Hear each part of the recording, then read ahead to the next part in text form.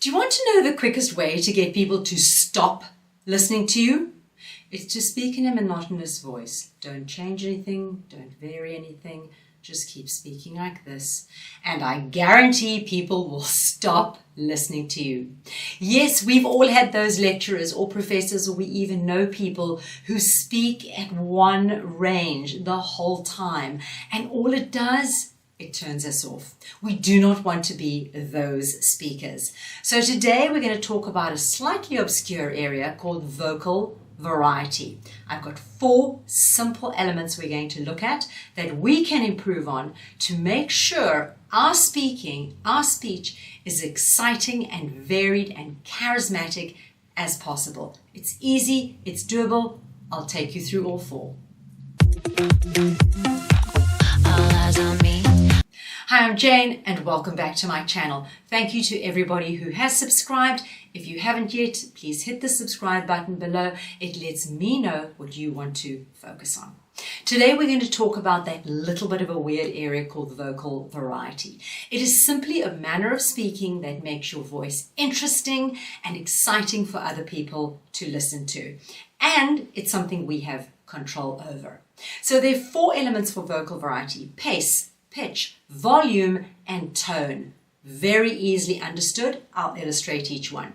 So the first one is pace, and we understand what that is. I can speak very, very quickly because I'm terribly excited and I want to share this information. Or I can speak slowly, more measured, more thoughtful. This is complex, this is nuanced, and I really want to be intentional about what I'm saying. We can play around with those things. It's our choice, it's in our control. The second one is pitch. Pitch is when you speak higher or slightly lower in your register. All our voices have a different pitch range, but when you become excited or very enthusiastic, you tend to speak higher. You tend to be more up here. I can't wait to share this with everybody. When you're a bit more solemn, serious, measured, you often drop your pitch and you're more deeper and more bass in what you're saying. That conveys a message as well, and you can play around with pitch. The third area is volume. We all understand that. Sometimes we speak at volume because we want to project our voices to the back of the room, and sometimes we speak at volume because we're aggravated by something and we want to share that with the people around us. Sometimes we want to speak softly, and this is a bit of a hidden trick, because the moment we lower our volume and speak softer, guarantee people will lean in. They want to find out, what is this secret that you're sharing? So remember, play around with volume. Don't always stay at the same volume. The third one is tone. This is a little bit more complicated because it involves both emphasis and emotion. And I'll give you an example to illustrate how it works. So we can convey our meaning to people and we can help them understand us if we vary our tone. So let's take a basic, simple phrase like, the dog ran away, okay? If you read that on a page, the dog ran away, you would put your own emotions on it. You'd either feel like, okay, the dog got bored and left. You might feel, oh my goodness, no, that's terrible. The dog ran away, right? You don't know. If I speak in a monotonous voice, the dog ran away, you've no idea how I feel. What am I thinking about this situation? But I can play around with both my emotion, and that means introducing either my happiness or my distress or my laughter or incredulity, whatever I'm feeling. I can introduce that, and I can wrap it up in a bit of different emphases on different words. That will change the meaning completely. So if I say to you, oh my goodness, the dog ran away, immediately you know, this is funny, this is hilarious, the dog got bored and left for a better life. The dog ran away, right? If that's the dog. If I'm still happy, but I'm saying, the dog ran away. Now I'm emphasizing away. So now you're saying, right, the dog wasn't happy there, it went away. Maybe I'm happy because the dog was sad in that place and it got away, right? This is sad and I'm upset about the dog running away. I can say, you know, the dog ran away. Not the giraffe, not the pony, the dog ran away. Or I can say, I'm not so worried about the dog, but the fact that it's gone far, it would be, the dog ran away.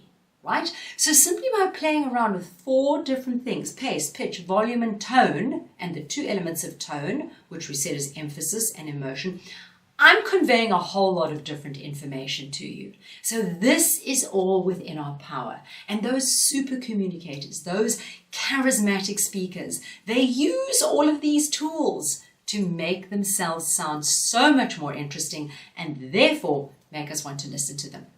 So let's look at the areas of why this truly matters. And this is all studied, it's all scientific. They've done case studies where they figured out why vocal variety is important.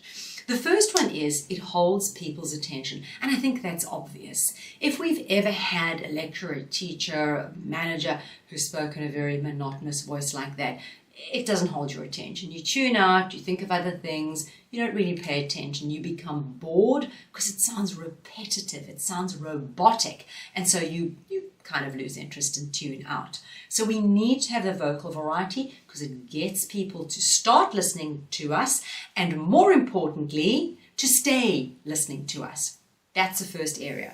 The second area, it makes you and your wording, your messaging, more memorable. Gosh, that's got to be important in business and careers nowadays. You want to be more memorable, right? You want people to remember you. And maybe even more importantly, you want them to be able to remember what you said. So they did a study where they had a very robotic, monotonous speaker who conveyed a passage of information, a topic that people were unfamiliar with. Then they had a very charismatic speaker who spoke with a lot of emotion and excitement and all these things we've talked about. They put people in the groups, they listened to both. Quite a fact-filled, information-dense presentation on both parts. The people who had attended the one with the speaker who was monotonous remembered half as much as the people who'd been exposed to the exciting speaker. So if what you're trying to speak and say to others, you want them to remember it, and presumably you do, remember vocal variety will help you connect with them. They will remember you, and they will remember what you said long after the fact. That has to be worthwhile.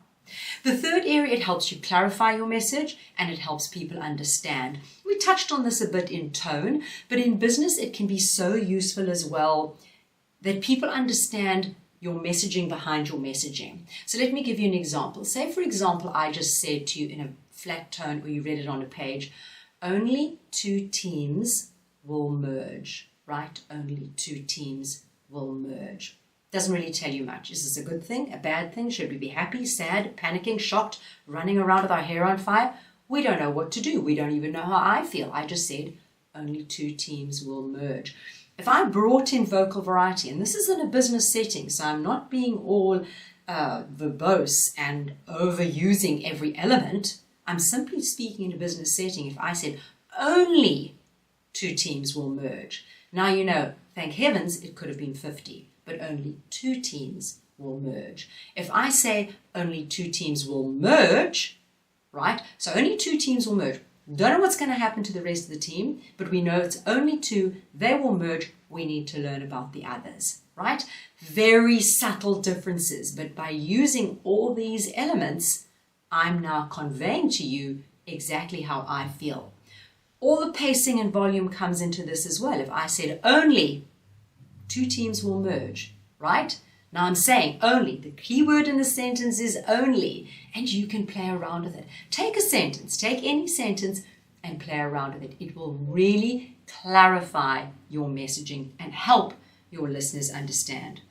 The last one, and again, I've wrapped this up in the others, it conveys your emotions and your feelings, and people find that helpful because it illuminates the situation for them. So I gave examples of the dog and the teams. You understand what I mean about it conveys emotions. Now, we all agree these areas, pace, pitch, volume, and tone, are critical because we want to be those super communicators in our work life and in our social life as well. But we need to practice it. I wish we could just watch a video and then go out and execute on all of this, because then we'd all watch one video on playing golf or playing the piano and we'd all walk out and be brilliant at it. But it doesn't work that way. We have to practice. So how do we practice vocal variety? You're not going to watch this video and walk out and in the next meeting just be able to array all these skills. Not going to happen. So what you're going to do, Jump online and download portions of a kid's book or grab a child's book, 3, 4 years old, 5 years old, and you're going to read it aloud.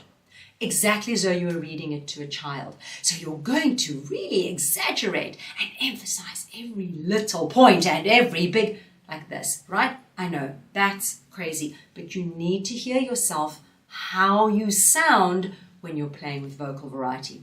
Once you've got that down, I want you to grab something that does not have a story.